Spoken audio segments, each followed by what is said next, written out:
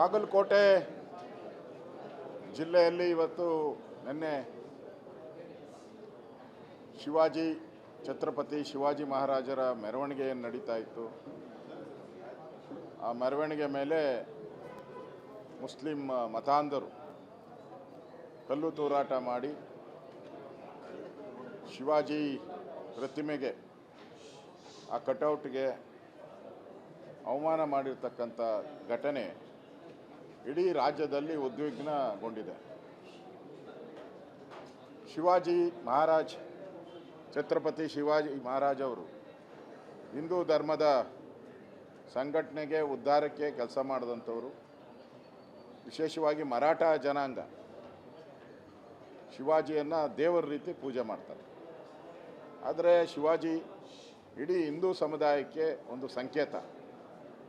ಅಂಥ ಒಂದು ಮೆರವಣಿಗೆ ಮೇಲೆ ಈ ದುಷ್ಕರ್ಮಿಗಳು ಕಲ್ಲು ತೂರಾಟ ಮಾಡಿ, ಪೊಲೀಸರ ಮೇಲೆ ಹಲ್ಲೆ ಮಾಡಿ, SP ಮೇಲೆ ಕಲ್ಲು ತೂರಾಟ ಮಾಡಿ ಗಾಯ ಆಗಿರೋ ಅಂಥದ್ದು, ಇವೆಲ್ಲನೂ ಕೂಡ ಪೂರ್ವ ನಿಯೋಜಿತ. ಇದೇನು ಮೊದಲಲ್ಲ. ಗಣೇಶ ಮೆರವಣಿಗೆ ಮೇಲೂ ಮಂಡ್ಯದಲ್ಲಿ ಕಲ್ಲು ತೂರಾಟ ಮಾಡಿದ್ರು. ಹನುಮ ಮಾಲಾಧಾರಿಗಳ ಮೇಲೂ ಕಲ್ಲು ತೂರಾಟ ಮಾಡಿದ್ದಾರೆ. ಶ್ರೀರಾಮನ ಕಟೌಟ್ರನ್ನು ಕೂಡ ಹರಿದು ಹಲ್ಲೆ ಮಾಡಿರ್ತಕ್ಕಂಥ ಘಟನೆ ಇದೆ. ಈ ಥರ ಕರ್ನಾಟಕದಲ್ಲಿ ಕಾಂಗ್ರೆಸ್ ಸರ್ಕಾರ ಬಂದ ಮೇಲೆ ಈ ಮುಸ್ಲಿಂ ಭಯೋತ್ಪಾದಕರಿಗೆ, ಮುಸ್ಲಿಂ ಮೂಲಭೂತವಾದಿಗಳಿಗೆ ಹಬ್ಬ ಆಗ್ಬಿಟ್ಟಿದೆ. ಯಾಕಂದರೆ ಕಾಂಗ್ರೆಸ್ ಅವರು ಹೇಳಿದ್ದಾರೆ, ಯಾವುದೇ ಮುಸ್ಲಿಮರ ಮೇಲೆ ಕೇಸ್ ಹಾಕಬೇಡಿ, ಅವರೆಲ್ಲ ನಮ್ಮ ಬಂಧುಗಳು. ಕುಕ್ಕರ್ ಬ್ಲಾಸ್ಟ್ ಮಾಡಿದಂಥ ಮುಸ್ಲಿಂ ಏನಿದ್ದಾನೆ ಅವನು ನಮ್ಮ ಬಂಧು. ವಿಧಾನಸೌಧದಲ್ಲಿ ಪಾಕಿಸ್ತಾನ ಜಿಂದಾಬಾದ್ ಅಂತ ಹೇಳಿದವರು ಕೂಡ ನಮ್ಮ ಬಂಧುಗಳು. ಅದಕ್ಕೆ ಅವ್ರ ಮೇಲೆ ಕ್ರಮ ತೆಗೆದುಕೊಳ್ಳಿ ಅಂತ ಬೇಡ ಅಂತ ಹೇಳಿರೋದಕ್ಕೋಸ್ಕರ ಇಡೀ ರಾಜ್ಯದಲ್ಲಿ ಇವತ್ತು ಯಾವುದೇ ಹಿಂದೂ ಹಬ್ಬ ಇರಲಿ, ಈ ಥರದ ಒಂದು ಘಟನೆ ನಡೀತಾ ಇದೆ. ಇವತ್ತು ಈ ಚಳುವಳಿ ಎಲ್ಲಿಗೆ ಹಬ್ಬುತ್ತೋ ಗೊತ್ತಿಲ್ಲ.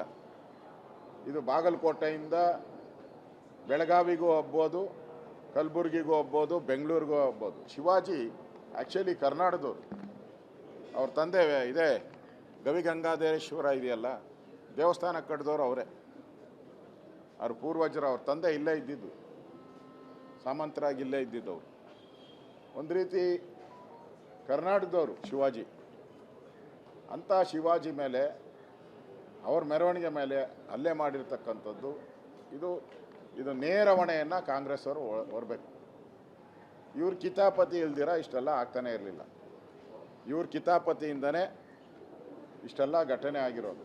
ಇವತ್ತು ಮುಖ್ಯಮಂತ್ರಿಗಳ ಹೇಳಿಕೆಯನ್ನು ನೋಡಿದೆ, ಟ್ವೀಟ್ ಮಾಡಿದ್ದಾರೆ, ಕಟ್ಟುನಿಟ್ಟಿನ ಕ್ರಮ. ಇದೆಲ್ಲ ಬುರುಡೆ ನಿಟ್ಟಿನ ಕ್ರಮ. ಇದೆಲ್ಲ ಕಟ್ಟುನಿಟ್ಟಿನ ಕ್ರಮ ಅಲ್ಲ, ಬುರುಡೆ ಬಿಡ್ತಾರೆ ಅಂತಾರಲ್ಲ, ಬುರುಡೆ ಬಿಟ್ಟಿರೋ ಕ್ರಮ ಇದೆಲ್ಲ. ಅವ್ರ ಮೇಲೆ ಏನು ಕ್ರಮ ತೆಗೆದುಕೊಳ್ಳಲ್ಲ. ಅವ್ರಿರೋ ಕೇಸ್ಗಳನ್ನೆಲ್ಲ ವಾಪಸ್ ತೆಗೆದ್ರಲ್ಲ. ಹಿಂದೆ ಹಾಸನದಲ್ಲಿದ್ದಂಥ, ಮೈಸೂರಲ್ಲಿದ್ದಂಥ ಕೇಸ್ಗಳೇನಿತ್ತು, ಈ ಥರ ಕಲ್ಲು ತೂರಾಟ ಮಾಡೋದಂಥದ್ದು ಎಲ್ಲನೂ ವಾಪಸ್ ತೆಗೆದಿದ್ದೀರಾ. ಇದು ಸಾಂಕೇತಿಕವಾಗಿ ಹಾಕ್ತೀರಾ, 3 ದಿನ ಬಿಟ್ಟ ಮೇಲೆ ವಾಪಸ್ ತೆಗಿತೀರಾ. ಅದು ಅವ್ರಿಗೆ ಚೆಂದಾಗಿ ಗೊತ್ತಿದೆ. ಅದರಿಂದ ಅವ್ರು ಗಲಾಟೆ ಮಾಡೇ ಮಾಡ್ತಾರೆ.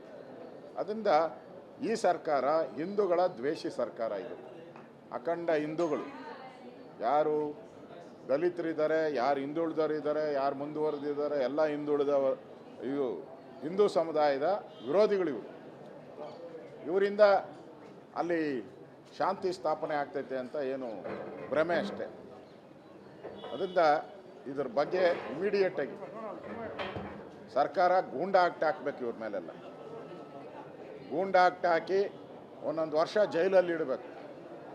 ಆಗ ಈ ಸರ್ಕಾರ ಕರೆಕ್ಟಾಗಿ ನಡೀತಾ ಇದೆ ಅಂತಾರೆ. ಗೂಂಡಾ ಆಕ್ಟ್ ಹಾಕಿಲ್ಲ ಅಂದರೆ ಈ ಸರ್ಕಾರ ಅವ್ರ ಜೊತೆ ಶಾಮೀಲಾಗಿದೆ ಅಂತ ನೇರವಾಗಿ ನಾನು ಆಪಾದನೆಯನ್ನು ಮಾಡ್ತಾಯಿದ್ದೀನಿ. 100% ಇವರು ಅವ್ರ ಜೊತೆ ಶಾಮೀಲು. ಗೂಂಡಾ ಆಕ್ಟ್ ಹಾಕಿಲ್ಲ ಅಂದರೆ 100% ನೀವು ಅವ್ರ ಜೊತೆ ಶಾಮೀಲಾಗಿದ್ದೀರಾ. ಅವ್ರಿಗೆ ಪ್ರೋತ್ಸಾಹ ಕೊಡ್ತಾ ಇದ್ದೀರಾ. ಅವ್ರಿಗೆ ಓಟ್ಗೋಸ್ಕರ ನೀವು ಅಲ್ಪಸಂಖ್ಯಾತರನ್ನ ಓಲೈಕೆ ಮಾಡುವಂಥ ಕ್ರಮಗಳನ್ನು ಮಾಡ್ತಾ ಇದ್ದೀರಾ. ನಾನು ನೋಡಿದ್ದೀನಿ, ಮಂಡ್ಯದಲ್ಲಾದಾಗೂ ಕೂಡ ಕೇಸ್ ಹಾಕಿದ್ರಿ, ಆ ಕೇಸ್ಗಳನ್ನೆಲ್ಲ ಮುಚ್ಚಾಕ್ತಾ ಇದ್ದೀರಾ. ಅದರಿಂದ ಈ ಸರ್ಕಾರ ಒಂದು ರೀತಿ ಹಿಂದೂ ದ್ರೋಹಿ ಸರ್ಕಾರ. ಇದನ್ನು ಖಂಡಿಸ್ತೀನಿ. ಈ ಘಟನೆಯನ್ನು ಯಾರು ಶಿವಾಜಿಯನ್ನು ಪ್ರೀತಿ ಮಾಡ್ತಾರೆ ಅವರೆಲ್ಲ ದಯವಿಟ್ಟು ಶಾಂತತೆಯಿಂದ ಶಾಂತಿಯನ್ನು ಕಾಪಾಡಬೇಕು ಅಂತೇಳಿ ನಾನು ಆ ಸಮಾಜ, ಮರಾಠ ಸಮಾಜ ಇರ್ಬೋದು, ಹಿಂದೂ ಸಮಾಜ ಇರ್ಬೋದು, ಇರ್ತಕ್ಕಂಥ ಎಲ್ಲ ಜಿಲ್ಲೆಗಳಲ್ಲಿ ಇರ್ತಕ್ಕಂಥ ನೆನ್ನೆ ತಾನೇ ಶಿವಾಜಿ ಜಯಂತಿಯನ್ನು ನಾವೆಲ್ಲ ವಿಜೃಂಭಣೆಯಿಂದ ನಾವು ಮಾಡಿದ್ರಿ. ಇಲ್ಲಿ ಇಡೀ ದೇಶದಲ್ಲಿ ಶಿವಾಜಿ ಜಯಂತಿ ಆಚರಣೆ ಆಗಿದೆ. ನೆನ್ನೆ ನಾನು ಹೋಗಿದ್ದೆ ಮಲ್ಲೇಶ್ವರ ಇದಕ್ಕೆ. ಇಲ್ಲಿ ನೋಡಿದ್ರೆ ಈ ಥರ ಕಲ್ಲು ತೂರಾಟ ಮಾಡಿರೋವಂಥದ್ದು, ಹಲ್ಲೆ ಮಾಡಿರತಕ್ಕಂಥದ್ದು ಅಕ್ಷಮ್ಯ ಅಪರಾಧ. ಇವರಿಗೆ ಪಾಕಿಸ್ತಾನದ ಬೆಂಬಲ ಇದೆಯೋ, ಬಾಂಗ್ಲಾದೇಶದ ಬೆಂಬಲ ಇದೆಯೋ ಕಂಡುಹಿಡಿಬೇಕು. ಯಾಕೆಂದರೆ ನೀವು ನೋಡಿದ್ದೀರ, ಕೋಗಿಲು ಗಲಾಟೆ ಆದ ತಕ್ಷಣ ಪಾಕಿಸ್ತಾನದ ಅಂಬಾಸಿಡರ್ ಟ್ವೀಟ್ ಮಾಡಿದ್ರು. ಅಂದ್ರೆ ಲಿಂಕ್ ಇಟ್ಕೊಂಡವ್ರೆ ಇವರೆಲ್ಲ. ಮೋಸ್ಟ್ಲಿ ಈ ಶಿವಾಜಿ ಗಲಾಟೆಗೂ ಪಾಕಿಸ್ತಾನದ ಟ್ವೀಟ್ ಮಾಡ್ತಾರೋ ಗೊತ್ತಿಲ್ಲ. ಅದರಿಂದ ಲಿಂಕ್ ಇರ್ಬೋದು ಇವ್ರಿಗೆ. ಅದರಿಂದ ಇವ್ರ ಮೇಲೆಲ್ಲ ದೇಶದ್ರೋಹದ ಕೇಸ್ ಹಾಕಬೇಕು, ಇವ್ರನ್ನೆಲ್ಲ ಗೂಂಡಾ ಆಕ್ಟಲ್ಲಿ ಒಳಗಾಕಬೇಕು ಅನ್ನೋ ಆಗ್ರಹವನ್ನು ನಾನು ಮಾಡ್ತಾಯಿದ್ದೆ. ಏನು ಕೇಳೋದಿದೆಯಾ ಅದು?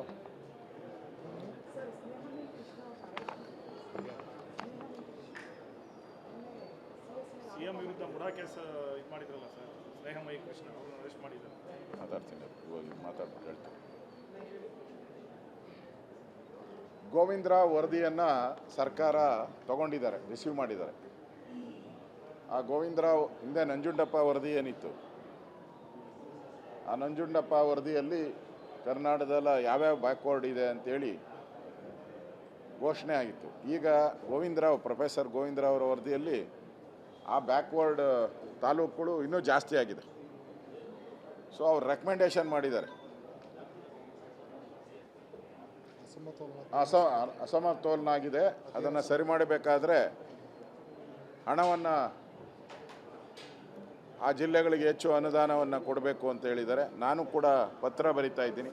ಹೆಂಗೂ ಬಡ್ಜೆಟ್ ಘೋಷಣೆ, ಈ ಬಡ್ಜೆಟ್ ಮಾಡ್ತಾ ಇದ್ದೀರಲ್ಲ, ಅದರಿಂದ ನೀವು 15,000 ಕೋಟಿ ಅದರಲ್ಲಿರೋದು 15,000 ಕೋಟಿ ಈ ಬಡ್ಜೆಟಲ್ಲಿ ಇಡಬೇಕು. ಮುಂದಿನ ಬಡ್ಜೆಟಲ್ಲಿ 15, ಈ ಥರ 45,000 ಕೋಟಿ ಕೊಡಬೇಕು ಅಂತ ವರದಿಯಲ್ಲೇ ಹೇಳಿದೆ. ಪ್ರೊಫೆಸರ್ ಗೋವಿಂದರಾವ್ ವರದಿಯಲ್ಲೇ ಹೇಳಿದೆ. ಅದರಿಂದ ನಾನು ಆಗ್ರಹ ಮಾಡ್ತಾ ಇದ್ದೀನಿ, ಮೊಸಳೆ ಕಣ್ಣೀರು ಸುರಿಸಬೇಡಿ. ನೀವು ಮೊಸಳೆ ಕಣ್ಣೀರು ಸುರಿಸೋದ್ರಿಂದ ಏನು ಉಪಯೋಗ ಇಲ್ಲ. ಅದರಿಂದ ನೀವು ಈ ಬಡ್ಜೆಟಲ್ಲಿ ವರದಿ ಬಂದಿರೋ ಪ್ರಕಾರ 45,000 ಕೋಟಿ 3 ವರ್ಷದಲ್ಲಿ ಕೊಡಬೇಕು ಅಂತ ಹೇಳಿದ್ದಾರೆ. ಈ ವರ್ಷ 15,000 ಕೋಟಿಯನ್ನು ನೀವು ಮೀಸಲಿಡಬೇಕು. ಇಲ್ಲ ಅಂತ ಹೇಳಿದ್ರೆ ನೀವು ಉತ್ತರ ಕರ್ನಾಟಕದ ವಿರೋಧಿಗಳು ಅಂತೇಳಿ ರಾಜ್ಯದ ಜನ ತೀರ್ಮಾನವನ್ನು ಮಾಡ್ತಾರೆ. ಎಲ್ಲ ಕಡೆ ಇದೆ ಸರ್, ಮೈಸೂರಿನಲ್ಲೂ ಇದೆ, ಎಲ್ಲ ಕಡೆ ಇಡೀ ಎಲ್ಲ ಕಡೆ